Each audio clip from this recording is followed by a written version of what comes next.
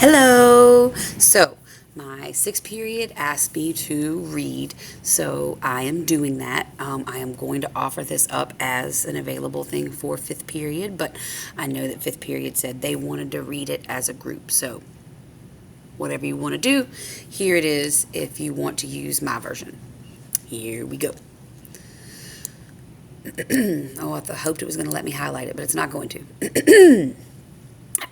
Get your pens ready to annotate. Having fun during the holidays is an American pastime. Fireworks are one popular way we celebrate, particularly during holidays like New Year's Eve, Independence Day, and Labor Day. It is important to remember that fireworks, while fun, can also be very dangerous if not handled properly. Improper use of fireworks can result in burns, eye injuries, and even death.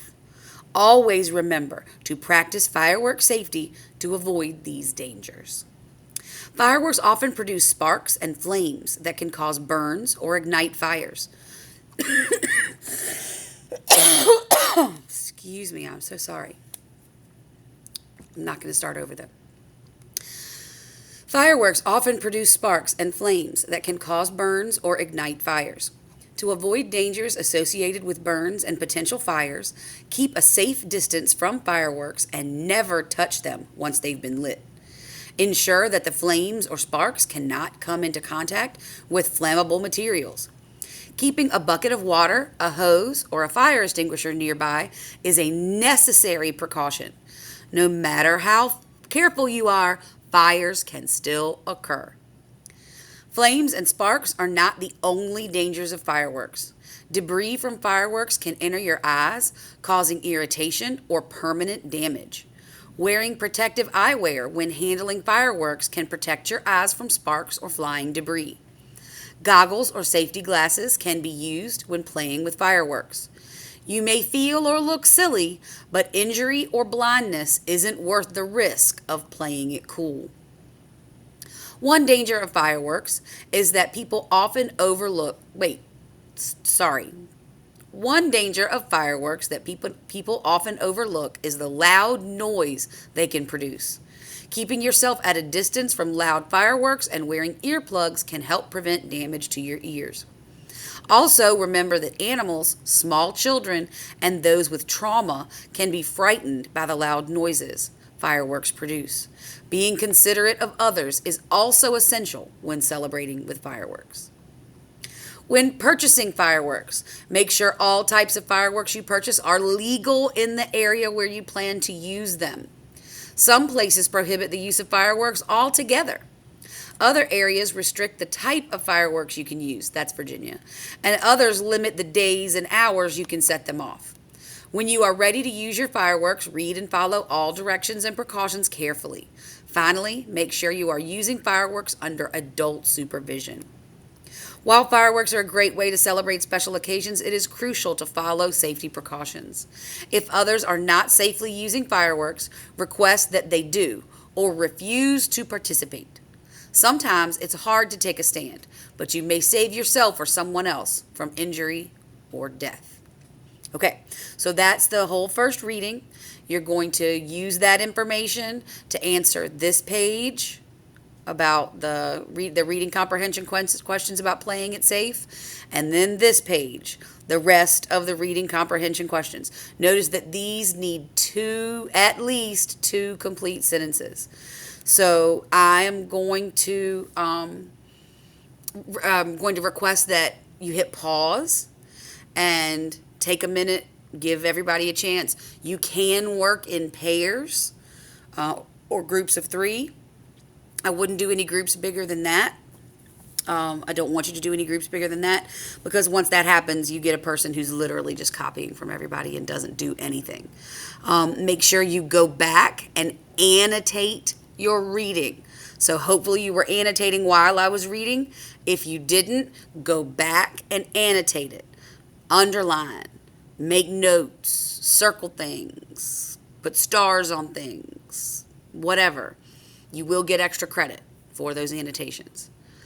Once everybody is done answering these questions, then unpause the video so that you can get the second reading read out loud. If you get done before everybody else is finished, go ahead and start reading it to yourself. And you may find that you have got it and can keep going and working on your own. But we're not going to restart the video until everybody is done with the first part. Okay, see you in a bit.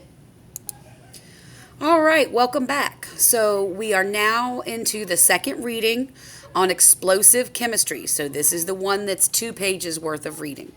But it should be the 4th and 5th pages in your packet. All right, here we go. What do New Year's Eve, Labor Day, and Independence Day have in common? Fireworks.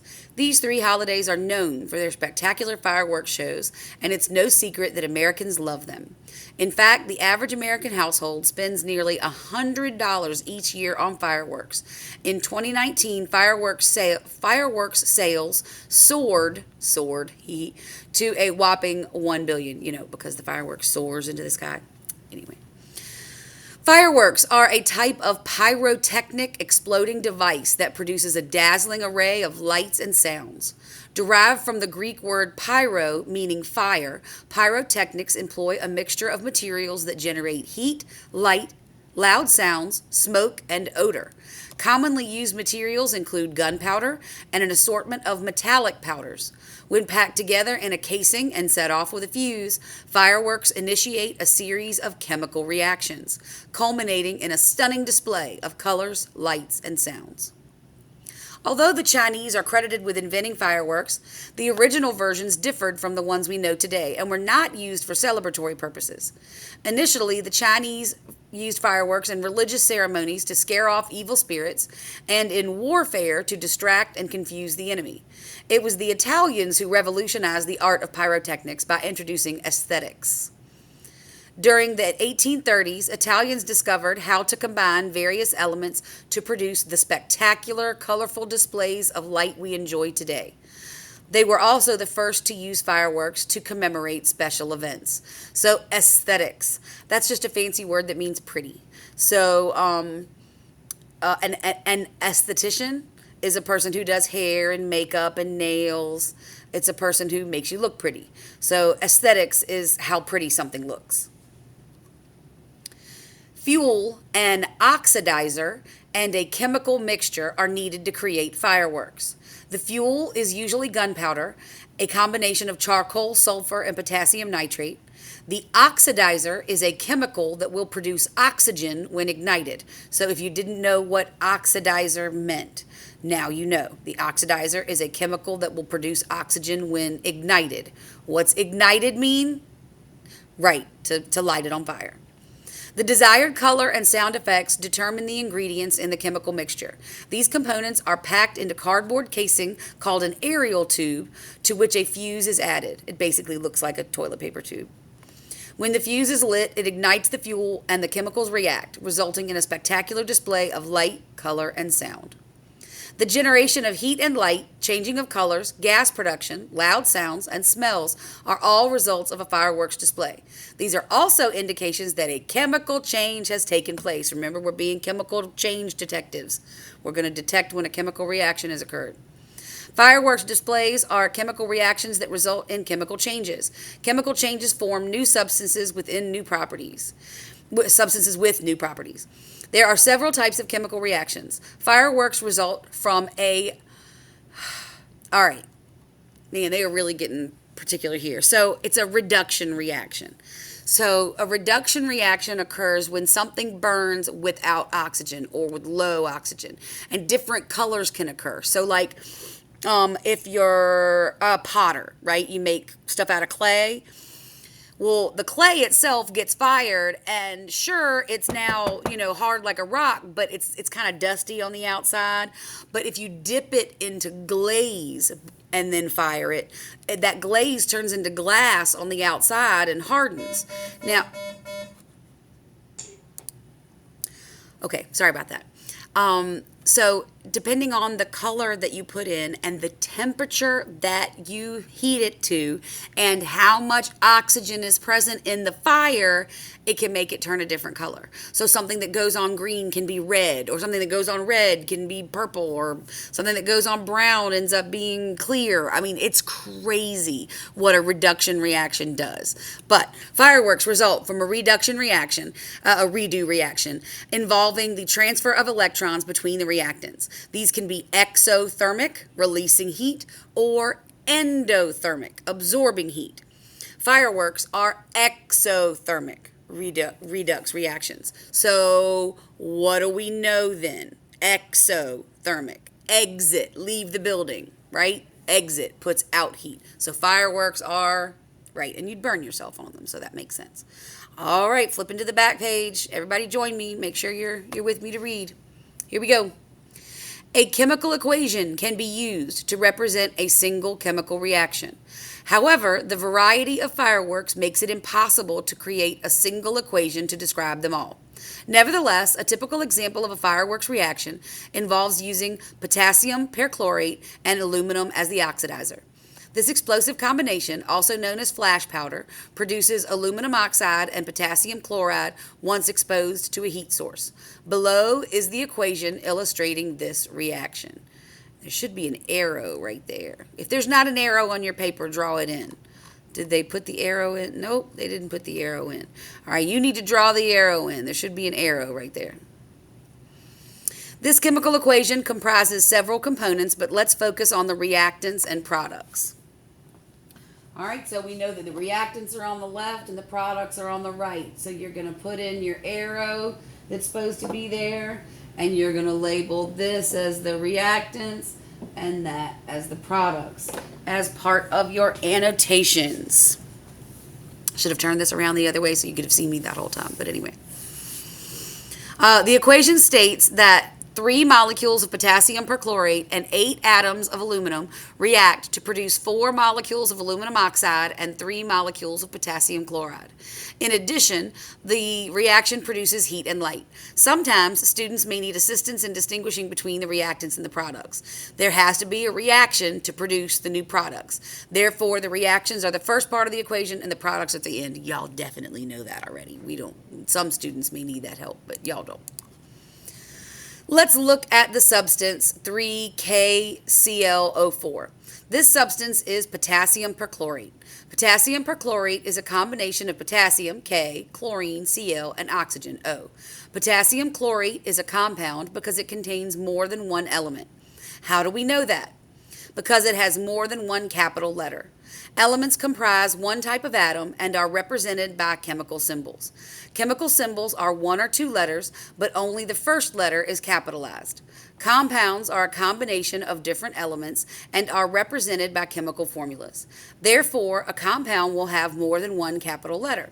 There are 3 capital letters in 3KClO4. Therefore, there are 3 elements in the compound. Again, y'all know this already. The numbers in the equation represent the number of molecules and atoms present. If there is no number, then one atom or molecule is represented in the equation. The larger numbers in front of the chemical formula represent the number of molecules in the compound, and that's called the what? Right, the coefficient. And the subscripts denote the number of atoms of a particular element in a compound. Look again at potassium perchlorate, 3KClO. We see that it contains 1 atom each of potassium and chlorine, but 4 atoms of oxygen. And the reactant in the equation starts with 3 molecules of potassium perchlorate. Look at the products in the reaction. They are aluminum oxide and potassium chloride. How many molecules of potassium chloride are produced by the equation? How many atoms of aluminum are in 1 molecule of aluminum oxide? How many atoms of aluminum are represented in the product side of the equation? All of these questions can be answered with a little math and understanding of chemical equations. All right, so I'm going to look back up there at it, and we are going to answer those questions. And I'm going to turn this around. No, I'm not. Sorry, you're just not going to be able to see me. You're only going to be able to see me writing. At least you'll still be able to hear me, though, right? Right. Okay.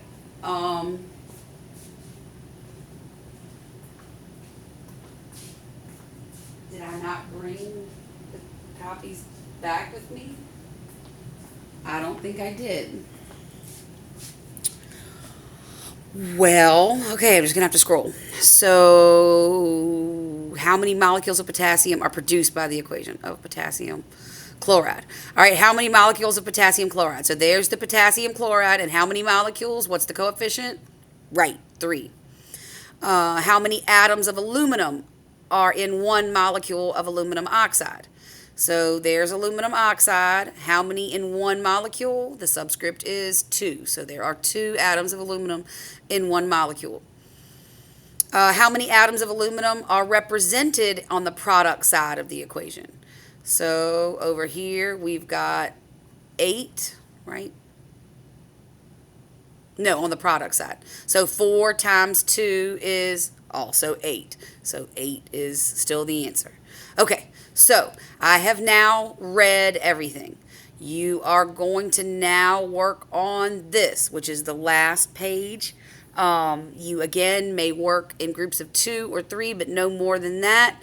You're going to answer all of these questions. Okay? All right, Sarai, Sarai, you can do it. I believe in you. I am going to end this so I can wrap it up and move on with my evening. I hope you all have a lovely day and make good decisions. Make sure you put your name on your paper and put it in the inbox when you're done. Oh, forgot to say this earlier, but you can pull it apart if you need to be able to work. Just make sure you staple it back together when you're done. Stapler is over there. I'll make sure it's in front of the inbox before I leave. Okay, I guess that's it. If you've got questions, ask me tomorrow or ask the substitute. Have a lovely day. Make good decisions. Bye.